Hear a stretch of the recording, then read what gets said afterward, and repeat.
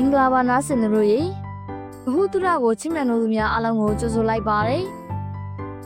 ဒီနေ့စာအုပ်အနှစ်ချုပ်စီစဉ်လေးမှာတော့စာရေးသူဟေမင်ဆွနေရေးသားထားတဲ့ Things You Can See When You Slow Down ဆိုတဲ့စာအုပ်ကိုမျှဝေသားပါမယ်တခါတလေပြဿနာကကြီးလို့မဟုတ်ပါဘူး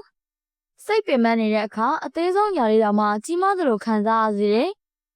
ဒါကြောင့်ပဲပျော်ရွှင်မှုကိုပိတ်ဆို့သွားတတ်ပါတယ်ဟေမင်ဆွနေကကိုယ့်ကိုမနာမကျင်ဖိအားမပေးပဲကိုယ့်ကိုဆန္ဒတတ်ဖို့တခြားတွေကိုလည်းနားလည်ပေးတတ်ဖို့ဒီလိုစိတ်နေစိတ်ထားတွေကပဲဘဝအမြန်နှုန်းကိုရှော့ချမိနိုင်တယ်လို့ဆိုပါတယ်အနားယူတတ်ရင်အသက်ရှူတတ်ရင်တကယ်ပိုပြီးနှဆိုင်တဲ့ပျော်ရွှင်မှုကိုတွေ့လာနိုင်မလို့သူကယုံကြည်ပါတယ်ဒီစာအုပ်ကို2012ခုနှစ်မှာထုတ်ဝေခဲ့ပြီးယနေ့ခေတ်ရဲ့စိတ်ဖိစီးမှုမုံတိုင်းကြားထဲမှာလမ်းညွှန်မိရနေတိုင်းလို့လူအများကိုလမ်းပြပေးနေစေဖြစ်ပါတယ်စာမျက်နှာတစ်ခုချင်းစီကခဏရက်ပါစဉ်းစားပါနောက်ထောင်ပါလို့ပြောနေတယ်လို့ပါပဲဟေမင်ဆွနေဟာဆန်ဖုန်းတော်ကြီးတစ်ပါးဖြစ်ပြီးစာရေးဆရာဖြစ်လဲလူသိများပါတယ်သူ့ရဲ့သင်ခန်းစာတွေကို Twitter, Facebook စတဲ့လူမှုကွန်ရက်တွေမှာလူပေါင်းတန်းနဲ့ချီပြီးနားထောင်နေကြပါတယ်သူရေးသားထားတဲ့စာအုပ်တွေကိုဘာသာစကား30ကျော်နဲ့ဘာသာပြန်ထားပြီးကမ္ဘာအနှံ့စာအုပ်အုပ်ရေ4 သန်းကျော်ရောင်းချထားပြီးဖြစ်ပါတယ်ဒါဆိုဒီစာအုပ်ကဘယ်သူတွေအတွက်သင့်တော်သလဲအလောက်ဖိအားများတဲ့လူတွေမိသားစုအချစ်ရေးလူမှုရေးတွေကြားမှာစိတ်မနှောနိုင်တော့တဲ့သူတွေဘဝကိုဟန်ချက်ညီအောင်နေကျင်တဲ့လူတိုင်းအတွက်ဒီစာအုပ်ကအေးချမ်းမှုကိုပေးစွမ်းနိုင်ပါတယ်ဒီနေ့အစီအစဉ်မှာဒီစာအုပ်ရဲ့အတွေးမြင်တွေကိုတစ်ခုချင်းစီအေးဆေးဆေးလေ့လာသွားပြီးဘဝကိုနည်းနည်းလေးပိုပြီးညင်သာစေဖို့အတူတကွစဉ်းစားကြပါမယ်အလောက်များတဲ့ကမ္ဘာထဲမှာအေးချမ်းမှုကိုရှာဖွေခြင်းသင်ရဲ့တနေ့တာကိုစိတ်ကူးကြည့်ပါဖုန်းမြည်တမ်းမနာဘူးလှုပ်ရှားရပြည့်နေတယ်စိတ်ကအလုပ်တစ်ခုကနေနောက်တစ်ခုကိုမနာမလန်းပြေးနေပါတယ်ဒီလိုဘဝပုံရိပ်ကယနေ့ခေတ်လူအများအတွက်အလွန်ရင်းနှီးပါတယ်ဒါပေမဲ့ဒီအလင်းမြန်နေကြတဲ့မှာခဏလေးရက်ပြီးတက်ရှူခြင်းနဲ့အေးချမ်းခြင်းနဲ့လို့သူ့စိတ်ထဲမှာတွေးဦးပါသလားဟေမင်ဆွနေကကျမတို့ကိုဘဝအပြင်ဘက်ကိုမပြေးပဲကိုယ်စိတ်အတွင်းကိုပြန်ကြည့်ဖို့ဖိတ်ခေါ်ပါတယ်အရှိန်လျှော့ကြည့်လိုက်တဲ့အခါကဘာကြီးကိုမြင်တဲ့အမြင်ကိုပြောင်းလဲနိုင်ပြီးကိုဘဝကိုပါပြောင်းလဲနိုင်တယ်လို့သူကပြောပါတယ်ပြဿနာတွေကအရင်လိုကြီးမားမနေတော့ဘူးအသက်ရှူလိုက်တိုင်းမှာအရေးကြီးတဲ့အရာတွေကိုပို့ပြီးတော့ရှင်းလင်းစွာမြင်လာမယ်ဒီစာအုပ်ထဲမှာကိုယ့်ကိုယ်တမိုးထားတတ်ဖို့လူမှုဆက်ဆံရေးကိုပို့ပြီးတော့နားလည်တတ်ဖို့အလောက်ကင်ကိုပါစိတ်အေးနဲ့ကံရတတ်ဖို့သင်ယူရပါမယ်ပရိရှိခြင်းနှိမ်ချမှုယုံကြည်မှုဒီအရာတွေကအတွင်းစိတ်အေးချမ်းမှုကိုရောက်ဖို့အတွက်လမ်းညွှန်ချက်လက်တွေပါပဲအပိုင်း1လက်ရှိအချိန်ကိုလက်ခံပါတင်တစ်ခုခုကိုအလွန်မဲအာရုံစိုက်ပြီးလုပ်ခဲ့တဲ့အချိန်ကိုမှတ်မိပါသလားပတ်ဝန်းကျင်ကအတန်နေပြောက်ကွယ်သွားပြီးကိုယ်နဲ့အလုပ်တစ်ခုတည်းသာကြံခဲ့တဲ့အချိန်ဒီလိုအချိန်တွေကအလွန်အစွမ်းကြီးပါတယ်ဒီအခါမှာပြဿနာတွေကမပြောင်းလဲပေမဲ့စိတ်ရဲ့အမြင်ကပြောင်းလဲသွားတာပါဟေမင်ဆွနေကပြောပါတယ်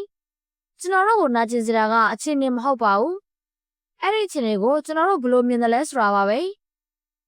စိတ်အေးတဲ့အခါကဘာကြီးလည်းအေးလာပါတယ်မနေ့ကအမှားတွေမနေ့ပြန်အတွက်စိုးရိမ်မှုတွေဒီအရာတွေကလက်ရှိအချိန်မှာမရှိပါဘူးဒါပေမဲ့ကျွန်တော်တို့ကအတိတ်နဲ့အနာဂတ်ကိုစိတ်ထဲမှာဆွဲထားပြီးလက်ရှိအချိန်ကိုပင်ပန်းစေတတ်ပါတယ်အကယ်၍ဒီအရာတွေကိုခဏလေးသာလွတ်ချနိုင်ရင်အခုလက်ရှိအချိန်မှာပဲထိန်းချုပ်နိုင်တဲ့အရာတွေကိုမြင်လာနိုင်ပါတယ်ဒီအခါမှာစိတ်အေးချမ်းမှုစတင်ဖြစ်ပေါ်လာပါတယ်စိတ်ဆိုးနေရင်ငါစိတ်ဆိုးနေရလို့သိပါစိတ်ညစ်နေရင်ငါစိတ်ညစ်နေရလို့လက်ခံပါစိတ်ခံစားချက်တွေကိုဖိနှိပ်တာဟာရေအောက်မှာဘရုံးတစ်လုံးကိုဖိထားသလိုပါပဲမကြခင်ပြန်ပေါ်လာမှာပါဒါကြောင့်လက်ခံပါအသက်ရှူပါနည်းနည်းလေးအရှိန်လျှော့ပါစိတ်ခံစားချက်တွေကိုဖိနှိပ်လိုက်တဲ့အခါအဲ့ဒီစိတ်တွေကပျောက်သွားတာမဟုတ်ပါဘူးအပြန်အလှန်ပိုပြီးတော့အားကြီးလာတတ်ပါတယ်ဒါပေမဲ့ကိုယ်စိတ်ကိုအပြည့်မဆိုပဲအေးစစ်စစ်ကြည့်ရှုနိုင်မယ်ဆိုရင်စိတ်ခံစားချက်တွေကလှိုင်းလိုပဲတက်လာပြီးနောက်ဆုံးပင်လယ်ထဲကိုပြန်ဝင်သွားကြပါတယ်ဒီအလေးချင်းကိုစမ်းကြည့်ပါကိုယ်စိတ်ပူနေတဲ့အရာတွေကိုစာရွက်ပေါ်မှာချရေးလိုက်ပါအဝိရှောင်ရမယ့်အလုပ်လို့အသေးဖွဲကိစ္စကနေအနာဂတ်အတွက်ကြီးမားတဲ့ဆုံးမချက်အထိအားလုံးကိုရေးချလိုက်ပါဒီလိုရေးလိုက်တဲ့အခါစိတ်ပူပန်မှုတွေကိုစာရွက်ထဲမှာပဲထုတ်ထားနိုင်ပြီးကိုယ်စိတ်ကိုလောက်ခနိုင်တဲ့အင်အားကိုလျော့သွားစေပါတယ်စိတ်ပူပန်မှုတွေကိုအပြင်ထုတ်ထားပြီးသားဖြစ်တဲ့အတွက်ကိုယ့်ကိုနားဝင်ပေးလိုက်ပါ အေဂျင့်နဲ့အိတ်ဆက်မှုတညတာကိုကိုအတွက်လက်ဆောင်ပေးလိုက်ပါမနေ့ရောက်တဲ့အခါစိတ်ရှင်းရှင်းနဲ့အားရင်အသစ်နဲ့ပြဿနာတစ်ခုချင်းစီကိုအစစ်လိုက်ဖြေရှင်းနိုင်ပါလိမ့်မယ်အတွင်းစိတ်အေဂျင့်မှုဆိုတာအပြင်ကတယောက်ကပေးလာတဲ့အရာမဟုတ်ပါဘူးကို့အတွင်းမှာပဲမွေးမြူရတဲ့အရာပါအပိုင်းနဲ့စိတ်မုန်တိုင်းတွေကိုညှင်သာစွာဖျက်ကျော်ခြင်းလူသားရဲ့စိတ်ထဲမှာအမြဲဖြစ်နေတဲ့တိုက်ပွဲတစ်ခုရှိပါတယ်အဲ့ဒါကတော့စိတ်ခံစားချက်အနှိမ့်ငင်ကိုဘလို့ကင်တွယ်မလဲဆိုတဲ့တိုက်ပွဲပါအထူးသဖြင့်ဝမ်းနည်းမှုဒေါသစိုးရိမ်မှုလိုမျိုးကိုမကြိုက်တဲ့စိတ်တွေကလှိုင်းကြီးတွေလိုခဏမရှိအောင်တက်လာတတ်ပါတယ်အဲ့ဒီအခါကျမတို့ရဲ့ပထမဆုံးတုံ့ပြန်မှုကအဲ့စိတ်တွေကိုဖယ်ရှားခြင်းတာဖိနှိပ်ထားခြင်းတာဒါမှမဟုတ်ဒီစိတ်တွေကိုကိုယ်တိုင်ကိုထင်မှတ်သွားတာပါနားလည်ထားရမယ့်အချက်ကကိုယ်စိတ်ခံစားချက်တွေဟာကိုယ်တိုင်မဟုတ်ပါဘူးအရေးအကြီးဆုံးသင်ခန်းစာကသင်ဟာသိစိတ်မဟုတ်ပါဘူးဆိုတာပါပဲကိုယ်စိတ်ကိုရေကန်တကန်လုံးစိတ်ကူးကြည့်လိုက်ပါအတွေးတွေစိတ်ခံစားချက်တွေကအောက်ခြေမှာစုပုံရတဲ့လိုပါပဲရေကိုလှုပ်လိုက်တဲ့အခါအားလုံးကရောသမမွေသွားပြီးမြင်ရခတ်သွားပါတယ်အဲ့ဒီအချိန်လက်နဲ့သဲကိုဖိချချင်တာကတဘာဝကျတဲ့အတွေးပါဒါပေမဲ့ပညာရှိတွေကပြောတာကရေကိုသူ့ဘာသာညင်အောင်လှုပ်ထားလိုက်ပါရေတည်ငြိမ်သွားတဲ့အခါသဲတွေဟာကိုယ်တိုင်အောက်ကိုပြန်ကျသွားပါလိမ့်မယ်ဒေါသဝမ်းနည်းမှုစိုးရိမ်မှုဒီစိတ်တွေကကိုယ်စိတ်ရေကန်ထဲကိုခဏလာလိုက်တဲ့ဧည့်သည်တွေပါပဲစိတ်ဖြစ်စီလာတဲ့အခါ2မိနစ်3မိနစ်လောက်အေးဆေးထိုင်ပြီးဒီစိတ်တွေကိုကြည့်ရှုပါမတွန်းချပါနဲ့မဝေဖန်ပါနဲ့အတူတကွရှိနေလိုက်ပါအချိန်ကြာတဲ့မျှဒီစိတ်တွေကပုံစံပြောင်းသွားမယ်ရောက်သွားမယ်နောက်ဆုံးပျောက်ကွယ်သွားပါမယ်ရာသီဥတုလိုပဲစိတ်ခံစားချက်တွေဟာကိုယ်ထွေးချုပ်အောက်မှာမရှိနေပါဘူးမောင်တိုင်းလိုလာမယ်နောက်တော့သွားမယ်သင်ဟာမောင်တိုင်းမဟုတ်ပါဘူးသင်ဟာကောင်းဝင်ပါကောင်းဝင်ဟာကျယ်ဝန်းတယ်တည်မြဲတယ်မုံတိုင်းတွေကခဏခဏဖြတ်တန်းသွားအောင်ပါပဲသင်ဟာစိတ်ရကစားဘက်ကိုကြည့်နေတဲ့သူပါကစားနေတာမဟုတ်ပါဘူးဒီလိုနားလည်လာတဲ့အခါစိတ်ခံစားချက်တွေပြောင်းလဲတတ်တယ်ဆိုတာကိုလက်ခံလာနိုင်ပြီဘဝတခြားຢာတွေမှာပါပြောင်းလဲမှုကိုလက်ခံနိုင်လာပါလိမ့်မယ်ကလေးဘဝတုန်းကသင်ချစ်ခဲ့တဲ့အရာတွေကိုပြန်စဉ်းစားကြည့်ပါဒီနေ့သင်ရဲ့အဓိကဦးစားပေးတွေကအဲ့ဒီအရာတွေမဟုတ်တော့ပါဘူးပြောင်းလဲမှုဆိုတာအသက်ရှူနေသလိုပဲသဘောကျပါတယ်ဒါပေမဲ့လူတွေကပြောင်းလဲမှုကိုစန့်ကျင်တတ်ကြပါတယ်တကယ်အေဂျင့်မှုကဒီစန့်ကျင်မှုထဲမှာမရှိပါဘူးလက်ခံနိုင်မှုထဲမှာပဲရှိပါတယ်ကဘာကြီးကကိုယ်ဆန္ဒရှိမရှိဆက်ပြီးတော့ပြောင်းလဲနေအောင်ပါလှိုင်းကိုစန့်ကျင်မနေပဲလှိုင်းနဲ့တူရီရှားတတ်လာရင်ပြောင်းလဲမှုကြီးတဲ့မှာကိုယ့်နေရာကိုတွေ့လာနိုင်ပါလိမ့်မယ်အပိုင်း3အောင်မြင်မှုထက်ပျော်ရွှင်မှုကိုရွေးချယ်ပါအောင်မြင်မှုစီသွားတဲ့လမ်းပေါ်မှာလူတိုင်းရဲ့ခြေလှမ်းတွေမတူညီကြပါဘူးတယောက်အတွက်အောင်မြင်မှုဆိုတာငွေကြေးတယောက်အတွက်အာဏာတယောက်အတွက်ကဂုဏ်သိက္ခာဖြစ်နိုင်ပါတယ်ဒါပေမဲ့အဆုံးသတ်မှာကိုယ့်အောင်မြင်မှုတွေကိုပြန်ကြည့်တဲ့အခါကိုယ့်နှွေးထွေးစေတဲ့အရာကငွေကြေးမဟုတ်ပါဘူးယာရုမဟုတ်ပါဘူးပျော်ရွှင်မှုပါဒါကြောင့်ဒီစာအုပ်ကလမ်းညွှန်ပေးတဲ့အရေးကြီးဆုံးသင်ခန်းစာကအောင်မြင်မှုကိုမရွေးပါနဲ့ပျော်ရွှင်မှုကိုရွေးပါအောင်မြင်မှုကလက်လွတ်သွားနိုင်ပါတယ်ဒါပေမဲ့ပျော်ရွှင်မှုကအခုလက်ရှိအချိန်မှာပဲသင်ရွေးချယ်နိုင်တဲ့အရာပါဥပမာတစ်ခုကိုစဉ်းစားကြည့်ကြရအောင်ပညာရေးကိုအလွန်ချစ်တဲ့ဆရာတဦးရှိရဆိုပါစို့သူကကျောင်းသားတွေကိုကဘာကြီးတစ်ခုလုံးကိုပေးချင်တဲ့စိတ်နဲ့သင်ခန်းစာအစီအစဉ်ကိုအပြည့်အဝအားထုတ်ပြီးပြင်ဆင်ထားပါတယ်ဒါပေမဲ့အချိန်နဲ့ကြာလာတဲ့အခါသူ့ကျောင်းသားတွေရဲ့မျိုးလုံးထဲမှာပင်ပန်းတဲ့မှုကိုတွေ့လာရပါတယ်သူ့ရဲ့စိတ်အားထက်သန်မှုလှိုင်းကြီးကမတိမတာနဲ့ကျောင်းသားတွေရဲ့စိတ်အားကိုဖော်လွှမ်းသွားခဲ့တာပါဒီနေရာမှာအရေးကြီးတဲ့အမှန်တရားတစ်ခုကိုသူလွှဲချော်သွားခဲ့ပါတယ်အောင်မြင်မှုကိုတိုင်းတာရတာကသင်ဘလောက်စိတ်အားထက်သန်လဲဆိုတာမဟုတ်ပါဘူးသင်ပတ်ဝန်းကျင်မှာဘလောက်ဟန်ချက်ညီညီဖန်တီးနိုင်လဲဆိုတာပါပဲအောင်မြင်ခြင်းစိတ်ကတခြားသူတွေရဲ့အခြေအနေကိုမမြင်နိုင်အောင်ဖုံးအုပ်သွားတတ်ပါတယ်ကိုထင်ထားတဲ့ထိရောက်မှုကိုလိုက်လံဖန်ဆောက်ရင်တကယ်အကျိုးသက်ရောက်မှုကိုလက်လွတ်သွားတတ်ပါတယ်စိတ်အားထက်သန်မှုကိုပညာနဲ့ပေါင်းစပ်နိုင်တဲ့အခါရိုးရိုးအောင်မြင်မှုထက်ပိုနှံ့ရှမ်းတဲ့အရာကိုရရှိလာနိုင်ပါတယ်အဲ့ဒါကတော့အတူတကွလှုပ်ဆောင်ရတဲ့ပျော်ရွှင်မှုပါထပ်ပြီးစဉ်းစားကြည့်ကြအောင်မြင်မှုဆိုတာဘယ်တော့မှမပြည့်မီတဲ့ဆာလောင်မှုတစ်ခုလိုပါပဲ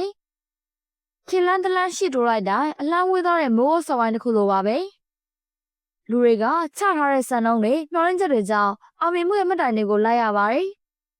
ဒါပေမဲ့တစ်ခုရောက်သွားတဲ့အခါနောက်ထပ်တောင်ထိုက်အသစ်တစ်ခုထပ်ပေါ်လာပါတယ်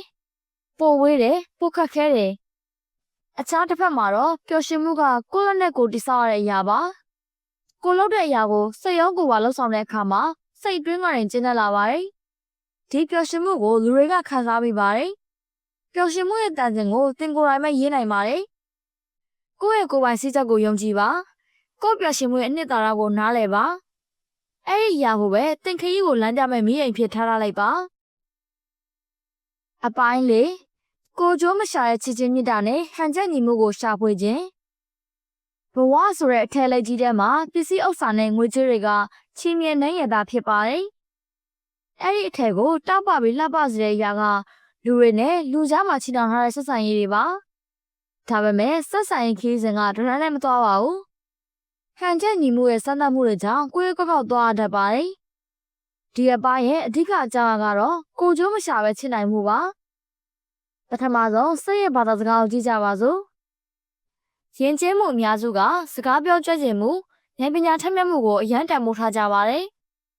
ဒါကြောင့်စိတ်ရင်းကမလာပဲတွက်ချက်ပြီးပြောတတ်လာကြပါတယ်ရလက်ကဒလာတန်တွေစိတ်မပါတဲ့စကားတွေဖြစ်လာတတ်ပါတယ်စိတ်ကနေပြောတဲ့စကားကအလှဆင်မှုမလိုပါဘူးလိုအပ်တာကအမှန်တရားနှိမ်ချမှုနဲ့ရိုးရှင်းစွာပြောရတဲ့တတ္တိပါဒီလိုစကားတွေကအော်မပြောပဲနှဆိုင်စွာနားထောင်ခံရပါတယ်ဒါဆိုထိတ်တိုက်တွေ့လာတဲ့ရံပွဲဆန်ဆန်ကိစ္စတွေကိုဘယ်လိုကင်ပြကြမလဲစိတ်ထဲမှာလိုဖြစ်လာတာကပြန်တုံ့ပြန်ခြင်းတာကိုမှန်ကြောင်းကိုတက်သိပြခြင်းတာပါဒါပေမဲ့အဲ့အနိုင်ရမှုကခဏတာဖြစ်ပြီးရှင်လျားတဲ့စိတ်မအေးချမ်းမှုကိုဖြစ်စေတတ်ပါတယ်တခါတလေအသက်ရှူပြီးနောက်ဆုတ်တတာကအင်အားအကြီးဆုံးဆုံးဖြတ်ချက်ဖြစ်ပါတယ်တိတ်ဆိတ်နေခြင်းကအခါအားလျော်စွာပြောဆိုတဲ့ပို့ပြီးတော့အားကောင်းပါတယ်အနည်းဆုံးလူတွေကတော့တခါတည်းနာကျင်တဲ့တိုင်မဟုတ်လားဆက်ဆံရေးဆိုတာကမိဖို့ပေါက်လို့ပါပဲရွေးထွေးတယ်လိုအပ်တယ်ဒါပေမဲ့နီးလို့ရင်နောက်စတတ်ပါတယ်အကွာဝေးလက်လိုအပ်တယ်ဆိုတာကိုလက်ခံရပါမယ်ဆက်ဆံရေးတစ်ခုအဆုံးသတ်တဲ့အခါကျမတို့ဟာလမ်းဆောင်တစ်ခုမှာရပ်နေပါတယ်လမ်းတစ်ဖက်ကအမျက်နဲ့အမုံနောက်တစ်ဖက်ကတော့လွတ်ချခြင်းပါနာကျင်မှုနဲ့ဒေါသကိုခံစားဝင်ပေးလိုက်တဲ့အခါနောက်ဆုံးခွင့်လွှတ်ခြင်းစီကိုရောက်လာနိုင်ပါတယ်ခွင့်လွှတ်ခြင်းဆိုတာတခြားသူတည်းမဟုတ်ပါဘူးကိုယ့်အတွက်လက်ဆောင်ပါမကျေနပ်မှုရဲ့တန်ကြီးကကိုယ့်ကိုချုပ်ထားတာကိုဖွင့်ပေးပါတယ်ပိုပေါ့ပါပြီးရှစ်ဆက်နိုင်အောင်လုပ်ပေးပါတယ်ခွင့်လွှတ်ခြင်းကအလွန်နှိမ့်ချမှုရှိရဲ့လုပ်ရပါဘဝဇာလန်တခန်းပြီးဆုံးမှနေနောက်ဆုံးဥမြုပ်ခြင်းပါခွင့်လွှတ်နိုင်ခြင်းကချစ်ချင်းမြတ်တာရဲ့အမြင့်ဆုံးပုံစံပါကိုယ့်အတ္တကိုလွတ်ချလိုက်ခြင်းဆိုတာနာကျင်မှုရဲ့အကျဉ်းချံတွေကိုရှင်းလင်းပလိုက်တာပါဒါကအသစ်ပြန်လဲကြီးထွားဖို့အတွက်နေရာလို့ဖန်တီးပေးပါတယ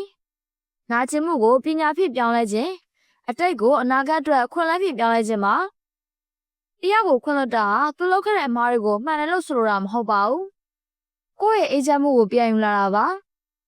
ဆက်ဆံရေးတိုင်းကအမြဲတမ်းမဆက်နိုင်ဘူးဆိုတာကိုလက်ခံရပါမယ်ဒါပေမဲ့အဆုံးသတ်တစ်ခုကတော့ကိုယ့်ကိုကြီးထွားစေနိုင်ပါတယ်အတ္တမပါပဲကိုကြိုးမရှာပဲချစ်ချင်းမြတ်တာကိုလမ်းပြဖြစ်ထားလိုက်ပါယုံကြည်မှုနဲ့တတိနဲ့နေခြင်းကတင့်ဘဝကိုရဲရင်စေပါတယ်ကိုဘဝရဲ့စီးချက်ကိုနားထောင်ကြည့်ပါ